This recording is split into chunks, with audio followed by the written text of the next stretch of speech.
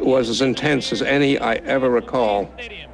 Look at this now as they stare. Muhammad Ali beginning to talk to George Foreman. They're really putting the stare on each other. George Foreman has that serious look. Ali definitely talking to him. Look at the stare on George Foreman. Look at Ali give him the word. So the stage is set. We're just about ready to begin. Round one. This time, the championship is at stake, and $5 million will be paid to both fighters. Ali ready, Foreman ready. We're waiting for the opening bell. Here we go. Ali quickly across the round. Round one. Ali bouncing around, shifting left for right. George moves slow. Ali gets the first punch in. A light right hand taken on the forehead by George Foreman, the champion. Foreman moving slow, trying to stalk his man.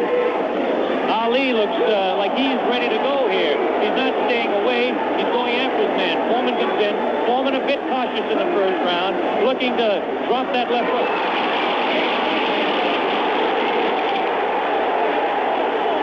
Foreman stalks his man to the far corner. There's that left uppercut and jab to the body of Muhammad Ali. Ali tries to hang on to the head of George Foreman. Foreman dances now. Moves Ali with a right hand lead again.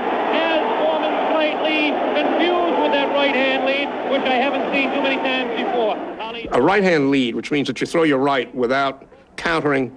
You throw it first. You throw it like a jab, but you throw it like there. That has to travel that extra distance across the shoulders. Professionals will very rarely use a right-hand lead because it's a terribly dangerous punch to throw since you are open to a counter with a left hook. And fighters, since they work in milliseconds, can see a right coming much faster than a jab. Nobody had thrown a right-hand lead at Foreman in 2 years. And in training camp, none of his sparring partners for $50 a day was going to start throwing right-hand leads at him because it's a great insult to a top professional when you throw a right-hand lead at him. It suggests that he's slow enough that you can hit him with it. And instead, Ali figured out the one punch Foreman's not prepared for is a right-hand lead. He's expecting me to dance. I'm not going to dance. I'm going to hit him with right hand. I'm going to knock him out in the first round. Ali threw 12 right-hand leads. I don't think he had told anyone he was going to do it. I think he may have debated about whether he was going to do it up to the last moment. And the only thing is he didn't knock Foreman down and he didn't knock him out. Instead, Foreman went crazy. That punch did no damage. That one did. Two wild right hands taken on the side of the head of Muhammad Ali. There's a real strong right hand just underneath the heart. And Muhammad Ali is taking some punishment now. About 8 seconds left in the round. Bell rang. Ali went back to the corner. He finally, the nightmare he'd been awaiting in the ring had finally come to visit him. He was in the ring with a man he could not dominate, who was stronger than him, who was not afraid of him, who was going to try to knock him out, and who punched harder than Ali could punch. And this man was determined and unstoppable. And Ali had a look on his face that I'll never forget. It's the only time I ever saw fear in Ali's eyes. Ali looked as if he looked into himself and said, all right, this is the moment. This is what you've been waiting for. This is that hour. And do you have the guts? And he kind of nodded to himself like, you got to get it together, boy. You really got to get it together. And you are going to get it together. You will get it together. He nodded some more, looking at it as if he were looking into the eyes of his maker. And then he turned to the crowd and he went, Ali Beaumillet. And 100,000 people all yelled back, Ali Beaumillet. And this huge reverberation of the crowd came back into the ring. And Ali picked it up almost as if these are my people. This is what I'm here for. All right, the time has come. I'm going to find a way to master this man. Ali tries to tie him up. No real damage done in that exchange. Foreman, like everyone else, had assumed that Ali would dance. And so Ali now went to the ropes and went into the rope-a-dope. And a lot of people thought at that moment the fight was over, especially on television where they saw it, because it looked like Foreman was now killing a very weak Ali. Now, you don't go to the ropes. And there he was, leaning way back. I wrote about it as if, I think the phrase I used was, it was like a man leaning out of windows trying to see if there's something on his roof. And, you know, taking up, but you couldn't really see then. Here were these great broadsides going at him, and it looked as though he was being set up for the kill. And it happened so quickly and so abruptly that I shouted to Norman, the fix is in. You know, that somehow he's supposed to go down in the first or the second. Ropes was halfway house to the floor. It just looked as though he had to cave in. Awkward, but very powerful powerful hooks with both hands, left hooks in what would really be a... They became so basic at that point that they were like two kids having a fight. And for that round, and for the next round, and for the next round, Ali lay against the ropes in the rope-a-dope, and he kept talking to Fórman. And it was extraordinary. You had to be close to see it, but it was all because it was intimate. And Fórman was throwing these prodigious punches that the sparring partners had thrown, and Ali swung like a man in the rigging.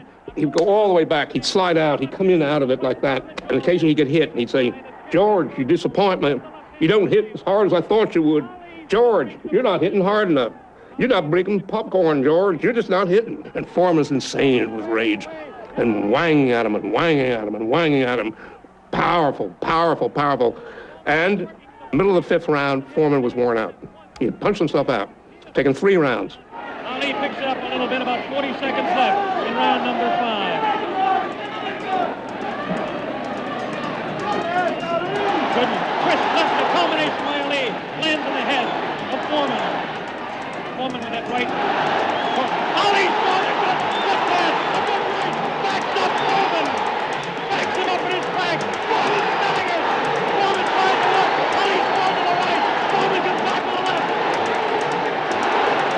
Fórman hit again. Fórman has been hit 3 or 4 times. Suddenly, Muhammad Ali came off the ropes and he hit him a right. And you could see the sweat just pour off, just like a fountain come off Fórman's face. And you suddenly realized there was some design in this madness. You know, I then turned to Norman, I remember, and I see he must have been somewhat puzzled, but I said, "The succubus has got him," referring back to this woman with the trembling hands that I'd been told by the witch doctors were going to touch Fórman and destroy him. The tactic of Ali to let the man punch himself out. 30 seconds left in round 8.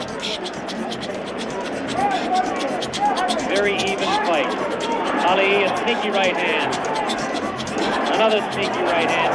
This time he works over the shoulder of Fórman. This is the combination.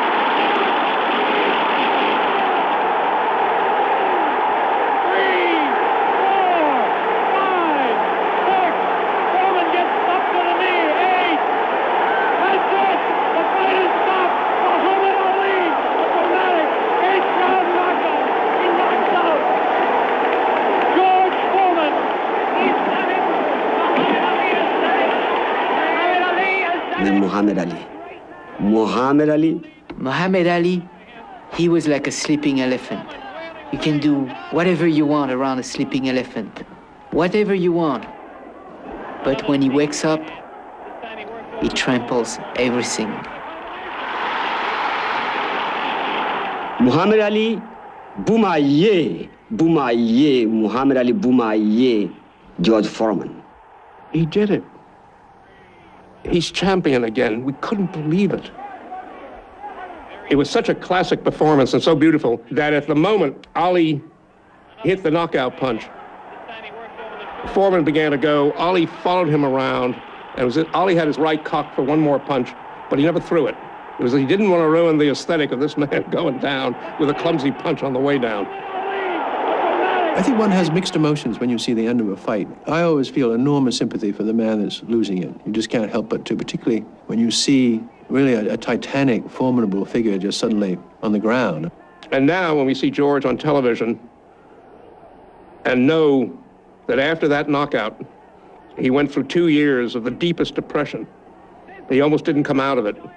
To see the man who's come out of it, to see the way in which he reconstructed his personality until it would be hard put to find anyone in American life who's more affable than George Fórman. Fórman has become a fabulous person in American life. Just as the